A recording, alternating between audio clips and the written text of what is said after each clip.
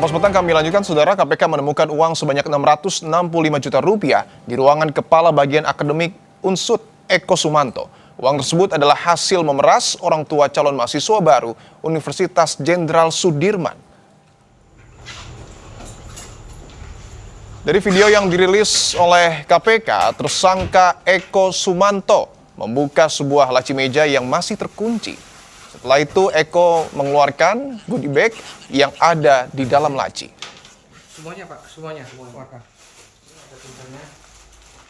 Dalam goodie bag tersebut ada kresek berwarna hitam. Dan saat dibuka, kresek hitam ternyata berisi uang. Diangkat. Oke. Uang-uang itu, Saudara, ditulis sesuai dengan jumlahnya. Bahkan terlihat ada tulisan 100 juta rupiah. Kemudian di goodie bag berwarna putih ada juga kresek berwarna hitam. Setelah dibuka, isinya adalah gepokan uang pecahan 100 ribu. Uang itu lalu ditunjukkan Eko ke penyidik KPK.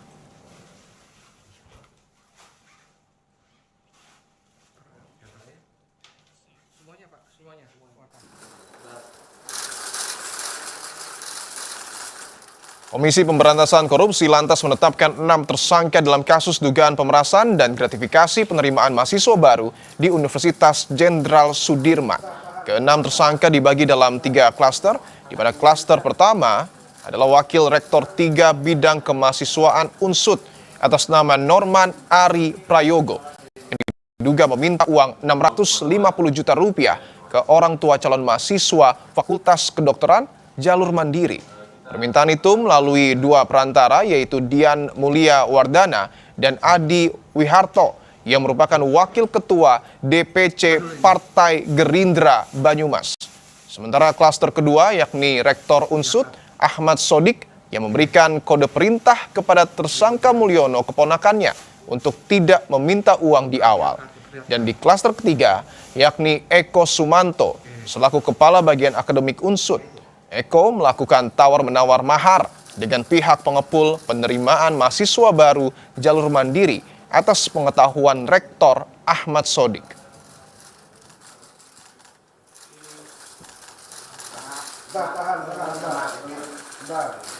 Angkat tinggi lagi, Kak.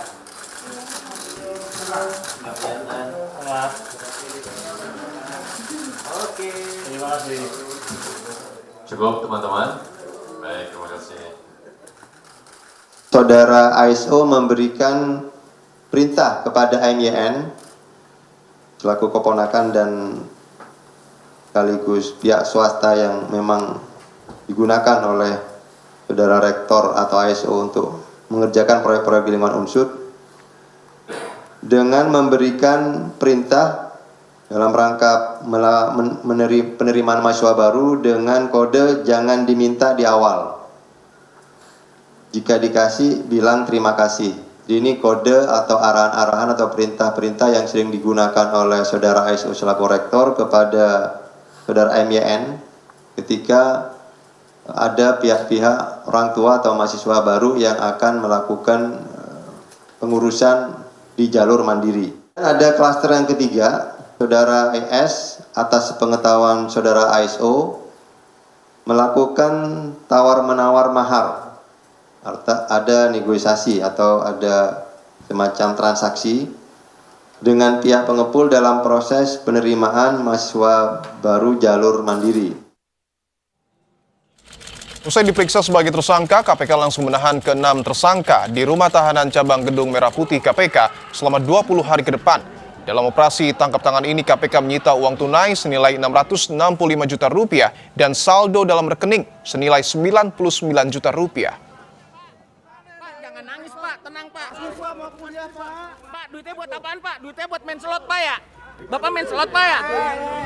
Warek. Warek ini, warek. Pak Warek. Siswa mau kuliah, ayo.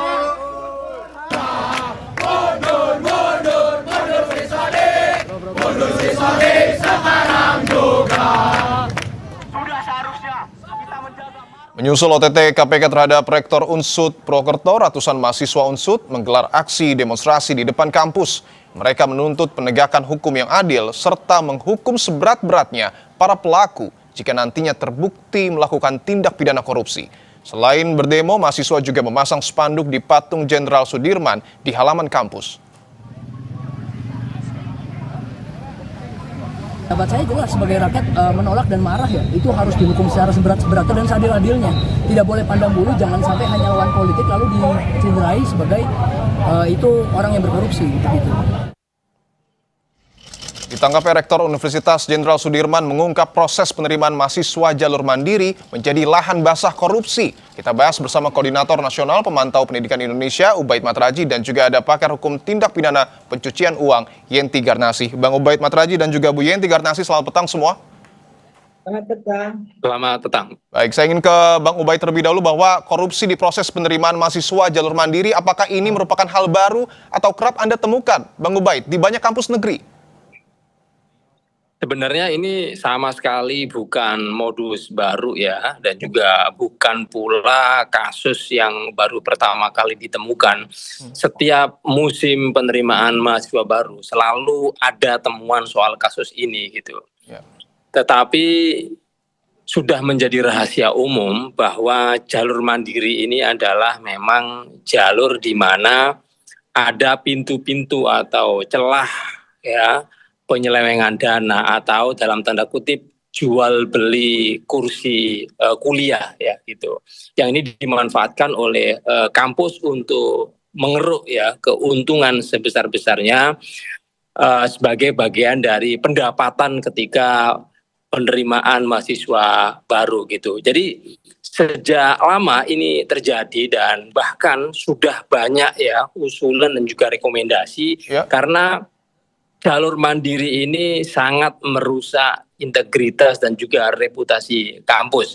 Banyak sekali pimpinan-pimpinan kampus, nggak hanya sekarang yang sedang ramai di Unsud, tapi juga kampus-kampus yang lain terlibat kasus penerimaan jalur mandiri, lalu ada praktek jual beli kursi kuliah ya.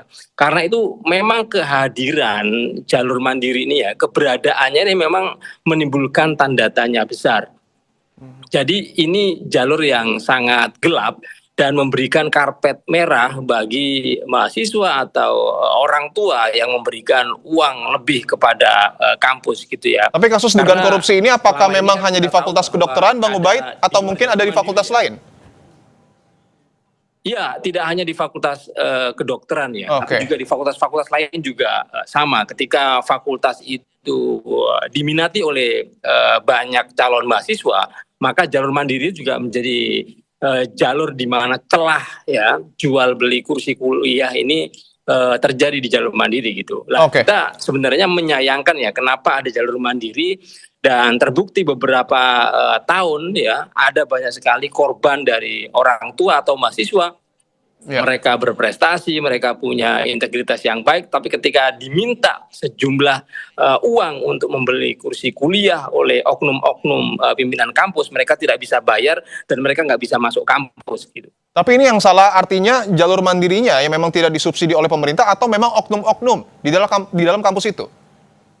Menurut saya sistem jalur mandirinya ini yang bermasalah. Jadi tidak hanya oknum, karena jalur mandiri ini sistem yang memang tidak transparan dan tidak akuntabel ya, tidak seperti jalur yang lain. Contoh ada kan penerimaan mahasiswa berbasis prestasi, ada juga berbasis tes ya. Jadi ini memang jalur mandiri ini agak lain dengan dua jalur yang saya sebutkan tadi. Karena memang jalur mandiri ini menjadi otonomi kampus untuk menentukan berapa kuotanya, berapa besar biayanya yang harus dibayar oleh mahasiswa. Dan otonomi kampus ini memanfaatkan ya ceruk ini untuk meraih keuntungan atau mendapatkan uang sebanyak-banyaknya dari jalur mandiri ini. Karena itu jalur mandiri ini hanya dikhususkan bagi mereka ya, seakan-akan ya bagi mereka yang mampu bayar saja gitu. Apapun kemampuan akademiknya, walaupun tidak punya prestasi, bahkan tidak layak sekalipun, tetapi orang tuanya sanggup membayar dengan uang yang dengan jumlah yang fantastis, itu mereka mendapatkan kartu merah. Baik, saya ingin ke Bu Yenti. Ada beberapa hal yang saya garis bawahi. Bang Ubaid mengatakan jalur mandiri adalah karpet merah, termasuk juga ada oknum otonomi kampus. Saya ingin tanyakan Bu Yenti, pemerasan ini apakah semata-mata dalangnya adalah sang rektor? Lalu bagaimana pola korupsi seperti ini terjadi? Ya, ini kan kemungkinannya kan antara pemerasan. Kalau pemerasan itu inisiatifnya dari universitas siapapun itu oknumnya.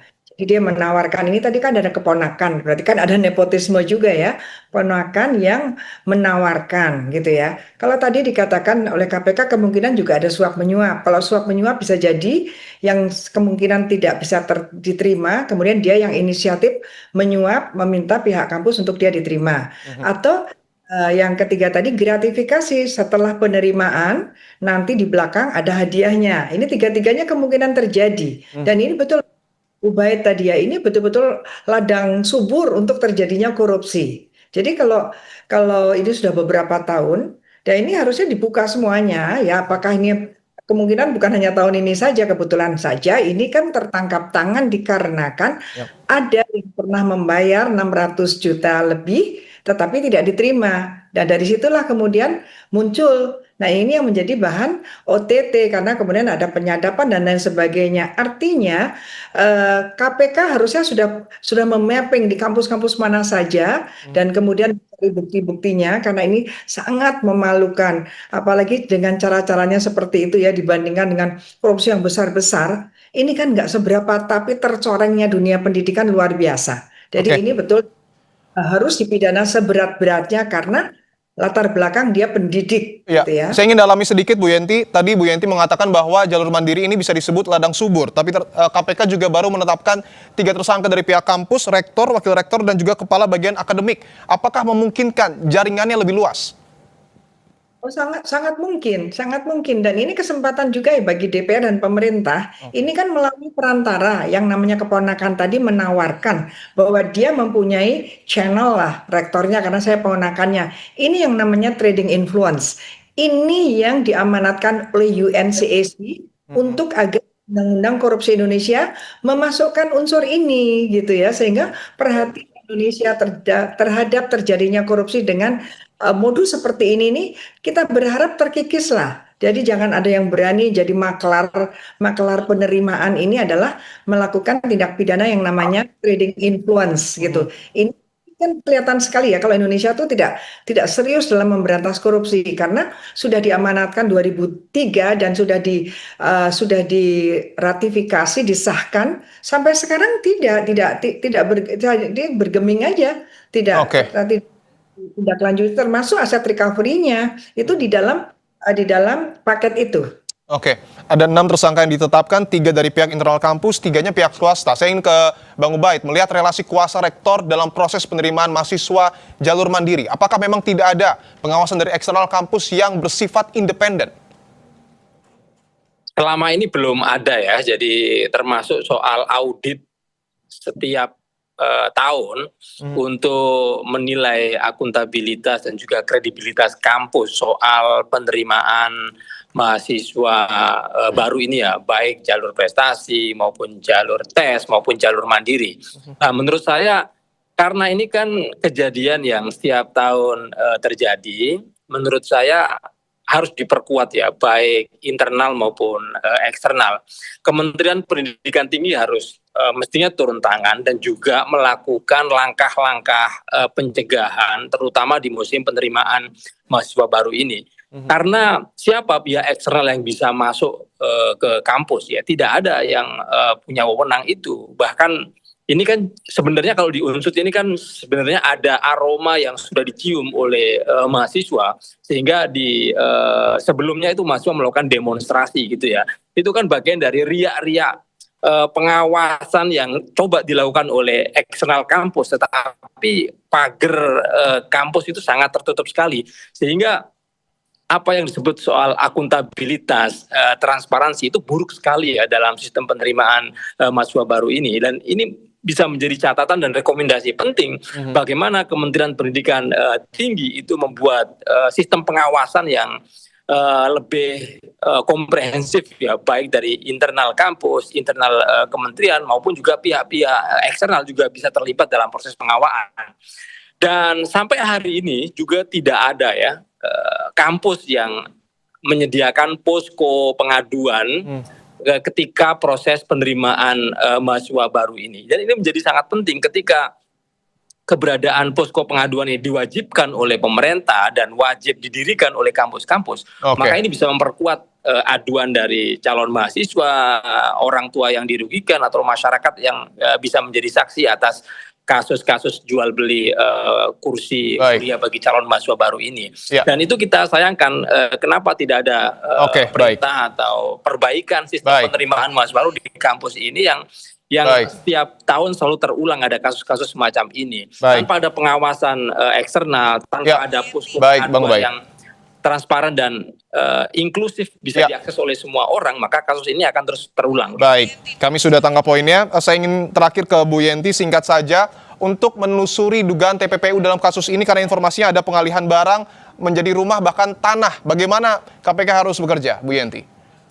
KPK harus berintegritas ya, menerapkan TPPU. Bukan sekedar karena sudah disita dan itu kemudian bisa mengembalikan, kemudian tidak menyentuh TPPU-nya. Itu selalu KPK mengatakan itu. Padahal perbuatannya ketika ada mengalihkan, ada penampungan, kemudian diserahkan, itu pasti sudah ada TPPU. Jadi KPK menurut saya, termasuk ada beberapa hakim mengatakan untuk apalagi menggunakan TPPU karena sudah ditelusuri menggunakan penyitaan undang-undang korupsi. Bukan itu. Karena harus ada penekanan siapapun menikmati hasil korupsi itu berbahaya bagi mereka, sehingga kita berharap siapapun tidak lagi main-main melakukan korupsi. Dan dalam hal seperti ini jangan dikira swasta juga tidak ada, bisa jadi dosen-dosen pegawai negeri yang di swasta kalau menerima seperti ini juga bisa kena korupsi. Jadi kita masuk bait, kita harus betul-betul membersihkan dunia pendidikan dari praktek-praktek kotor yang sangat memalukan ini. Oke, baik. Tentu kita tunggu bagaimana KPK mengusut tuntas kasus dugaan korupsi yang ada di Universitas Jenderal Sudirman. Terima kasih Bang Ubaid Matraji dan juga Bu Yenti Garnasih telah bergabung di Kompas Petang. Terima kasih. Saudara, kebakaran terjadi di wilayah Taman Sari, Jakarta Barat. 9 bangunan ludes terbakar akibat hubungan pendek arus listrik.